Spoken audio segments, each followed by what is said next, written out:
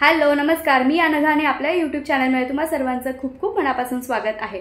तर सगळ्यात आधी तर जे लोक आपल्या चॅनलवरती नवीन आहेत, आपले व्हिडिओ पहिल्यांदाच बघतात, तर त्या सगळ्यांना मला सांगायला आवडेल की आपल्या या चॅनलवरती छान छान recipes, skin care tips, hair care tips, त्याचसोबत जर का मी कुठे ट्रॅव्हल करते किंवा नवीन प्लेस एक्सप्लोर करते तर मी त्यासुद्धा गोष्टी शेअर करत असते।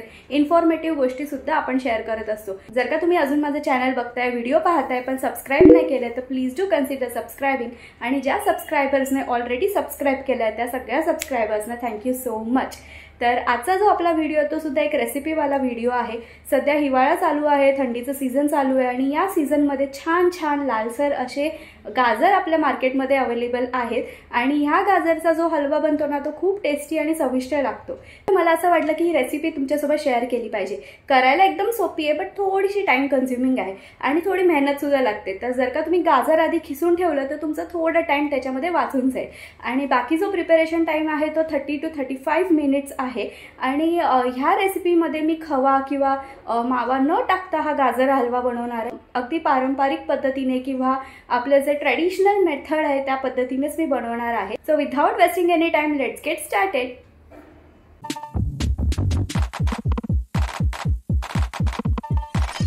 आज आपण करणार आहोत गाजरचा हलवा आणि त्याच्यासाठी जे आपलं मेन इन्ग्रेडियंट आहे गाजर, तर ते मी इथे खिसून घेतलेलं आहे। तर गाजर छान स्वच्छ धुवून घ्यायचे, त्यानंतर सोलून घ्यायचे आणि मग ते आपण व्यवस्थित असे खिसणीने खिसून घ्यायचे। तर इथे मी अर्धा किलो गाजर घेतलेला आहे आणि ते व्यवस्थित खिसून झाल्यानंतर इकडे मी कढईमध्ये तूप गरम करत ठेवले। साधारणतः एक 2 ते 3 चमचे तूप मी घेतलेलं आहे। त्यामध्ये हे जे आपण किसून घेतलेले जे गाजर आहेत ना ते आपण सगळे त्या कढईमध्ये आपल्याला घालायचे आहेत आणि व्यवस्थित ते तुपावरती आपल्याला परतवून घ्यायचे आहे।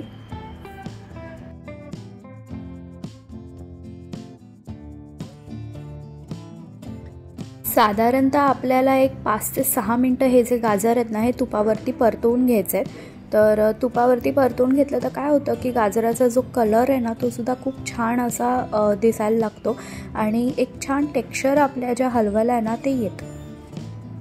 इथे आपल्याला थोडीशी मेहनत घ्यावी लागणार आहे गाजर परतवण्यासाठी। 5 ते 6 मिनिटं आपल्याला कंटिन्यूअस हे जे गाजर आहेत ना ते परतवून घ्यायचे आहेत, कंटिन्यूअस त्याला हलवून घ्यायचं आहे। आणि आता तुम्ही बघू शकता की हे जे गाजर आहेत ना ह्याची क्वांटिटीसुद्धा कमी झालेली आहे आणि अगदी मऊसूद हे आपले भाजून झालेले आहेत।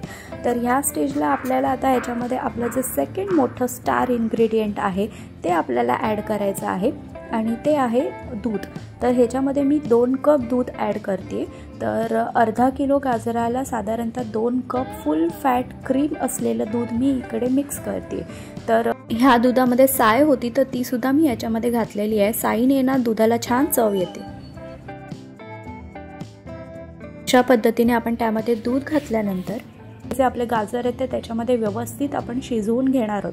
तर कम्प्लिटली आपल्याला ते शिजवायचे आहेत ह्या दुधामध्ये आणि ह्या प्रोसेसला साधारणतः एक 7 ते 8 मिनिटं लागतात। मीडियम गॅसवरती आपल्याला ते शिजवून घ्यायचं आहे। तर आपण इथे आता हे जे आपलं गाजरचा हलवा आहे ना तो शिजेपर्यंत आपण झाकण ठेवू शकतो। एक 2 ते 3 मिनिटांनंतर आपण झाकण काढून एकदा व्यवस्थित पुन्हा ते परतवून घ्यायचं आहे, म्हणजे जे आपलं गाजर आहे ना ते कढईला चिकटायला नको की थोड्या वेळाने आपल्याला झाकण काढून हे व्यवस्थित असं परतवून घ्यायचं आहे। सगळं एकदा व्यवस्थित मिक्स करून घ्यायचं आहे आणि एक हलक्या हाताने ते परतवून घ्यायचं आहे आपल्याला आणि मग आपण पुन्हा त्याला झाकण लावून ठेवू शकतो।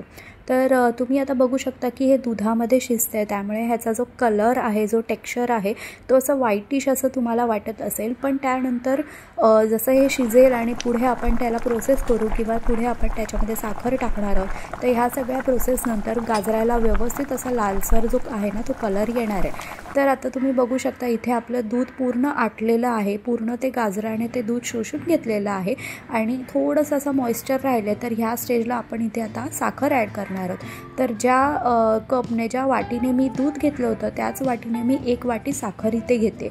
तर 1 वाटी साखर ही पुरेशी आहे, कारण गाजर जे आहे ना ते मुळातच थोडंसं असं गोडसर असतं, त्याला एक गोडवा असतोच। तर जर का तुम्हाला जास्त गोड खायला आवडत असेल तर तुम्ही अजून थोडीशी साखर त्याच्यामध्ये मिक्स करू शकता, त्याला काहीच हरकत नाही। पण इथे मी 1 वाटी घेतलेली आहे आणि साखर घातल्यानंतर तुम्ही बघू शकता की गाजराला थोडंसं पाणी सुटलेलं आहे, साखर त्याच्यामध्ये विरघळलेली आहे आणि साखर जशी जशी विरघळायला लागेल तसं तसं आपला जो गाजराचा जो व्हाईट कलरचा जो रंग होता तो सुद्धा आता रेड कलर येतोय आणि त्याला छान असा लालसर रंग यायला लागला आहे, तर साखरेमुळे जे टेक्स्चर आहे ना ते सुद्धा इथे बदलतं।